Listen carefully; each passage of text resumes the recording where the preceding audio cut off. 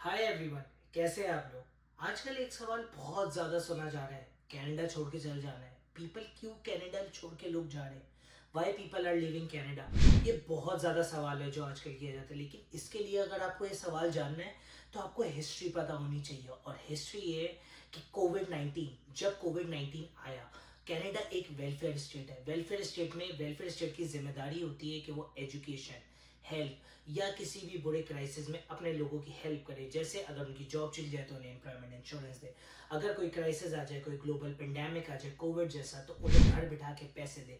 और वही काम हुआ कैनेडियन गवर्नमेंट के साथ जब 2019 में पेंडेमिक आया।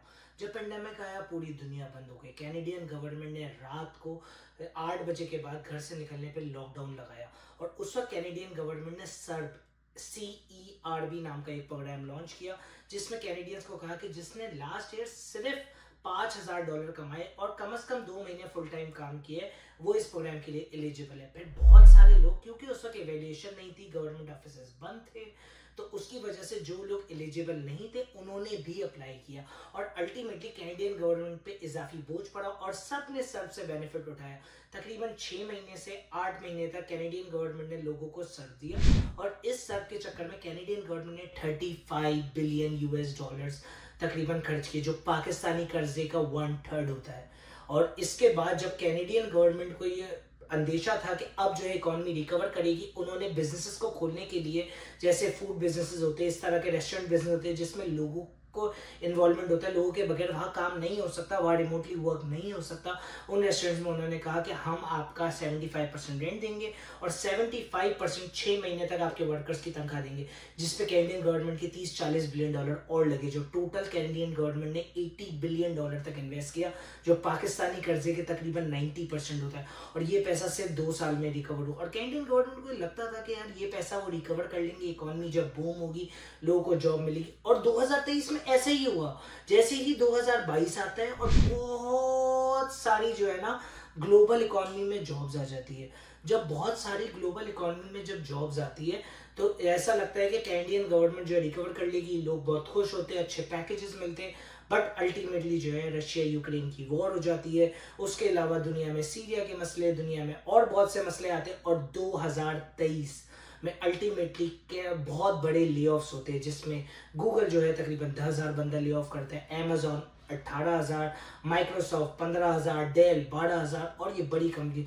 और इसका इम्पैक्ट आता है छोटी कंपनीज पे जो इनको बिजनेसेस देती थी, जिनसे जो इनके बिजनेसेस पे चला करती थी, उनमें भी ले ऑफ्स हुए। और अल्टीमेटली हजारों लाखों की तादाद में लोग ले ऑफ हुए। जब वो ले ऑफ हुए तो मार्केट में एक रिसेशन बढ़पा हो गया। और रिसेशन बढ़पा होने की वजह से सारी बड़ी कंपनीज में से ले ऑफ हुआ तो इकोनॉमी जो है स्टेबल नहीं हो पाई। डिमांड सप्लाई का गैप आ रहा था, क्योंकि बहुत सी जो मुल्क थे जहाँ से सप्लाई आती थी, क्योंकि वो बंद थे 2 साल, तो चाइना हो गया, जापान हो गया, कोरिया हो गया, जिस साइड से कोविड ज़्यादा फैला था, वहाँ से जो है सप्लाई नहीं आ रही थी, सप्लाई डिमांड का गैप आ रहा था।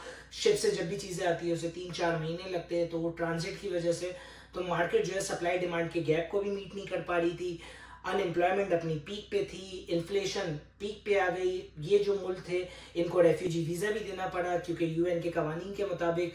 तो इन्होंने जो है सीरियंस को, यूक्रेनियंस को वो भी दिया, मतलब वहाँ पे उनको रेफ्यूजी प्रोवाइड किया। उसके अलावा यूक्रेन को इन्होंने फंड किया।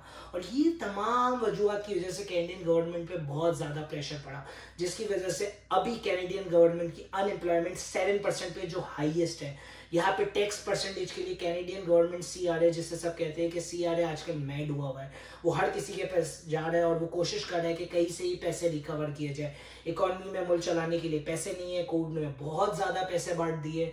और अल्टीमेटली उसका जो नुकसान हो रहा है वो आज ये हो रहा है कि अनएम्प्लॉयमेंट अपनी पीक पे है, कैनेडियन गवर्नमेंट के पास रिसोर्सेज नहीं है। इमिग्रेंट जिनको उन्होंने बुलाया था, उन्होंने सोच के बुलाया था कि हम स्पेसिफिक फील्ड में PR देंगे और लोग उसी फील्ड में काम करेंगे, लेकिन लोगों ने ऊबर, बहुत सारी पार्ट टाइम जॉब्स, रेस्टोरेंट्स इस तरफ चले गए और उन डोमेन्स में आज भी एम्प्टीनेस है। तो इसीलिए अब कैनेडियन गवर्नमेंट बहुत ज़्यादा स्ट्रिक्ट रूल्स ला रही है, कैनेडियन इमिग्रेशन पॉइंट्स उन्होंने बढ़ा दिए और उन्होंने अब डिफिकल्टी बना दी है। अगर पहले 435, 450, 460 पे पीआर होती थी, अब वो पीआर 530, 540 पे हो रही है। कैनेडियन कर्मचारी हम इतना स्किल्ड बंदा लाए कि वो आके अपनी ही फील्ड में काम करे। और कुछ फील्ड्स है जहाँ पे अभी भी प्रॉब्लम है, जैसे हेल्थ केयर है। कैनेडियन हेल्थ केयर बहुत मशहूर है, जहाँ पे 2-3 महीने बाद आपकी बारी आती है। तो अगर आप अभी पीआर अप्लाई कर रहे हैं तो try for health care, try for agri foods, try for construction, try करना है आपको। तो आप जो है स्किल ट्रेड में, जैसे कोई भी प्लम्बर हो गया या इस तरह की कोई भी आपकी स्किल ट्रेड है, आप उसमें ट्राई करें या आप स्टेम फील्ड्स में करें। अगर इनके अलावा आप कुछ भी पढ़ने आएंगे तो 1 नवंबर 2024 के बाद कैनेडियन गवर्नमेंट आपको पोस्ट ग्रेजुएट वर्क परमिट देगी ही नहीं कॉलेज स्टूडेंट्स को। तो सोच समझ कर कैनेडा है, और ये वो रीजंस है जिनकी वजह से लोग कैनेडा छोड़ रहे हैं। मेरी अगली वीडियोस और देखते रहेगा, उसमें मैं कैनेडा आने के मजीद रास्ते और तरीके एंड टिप्स आपसे शेयर करता रहूँगा। और ऐसी मजीद वीडियोस के लिए चैनल को सब्सक्राइब ज़रूर करें। Thank you very much.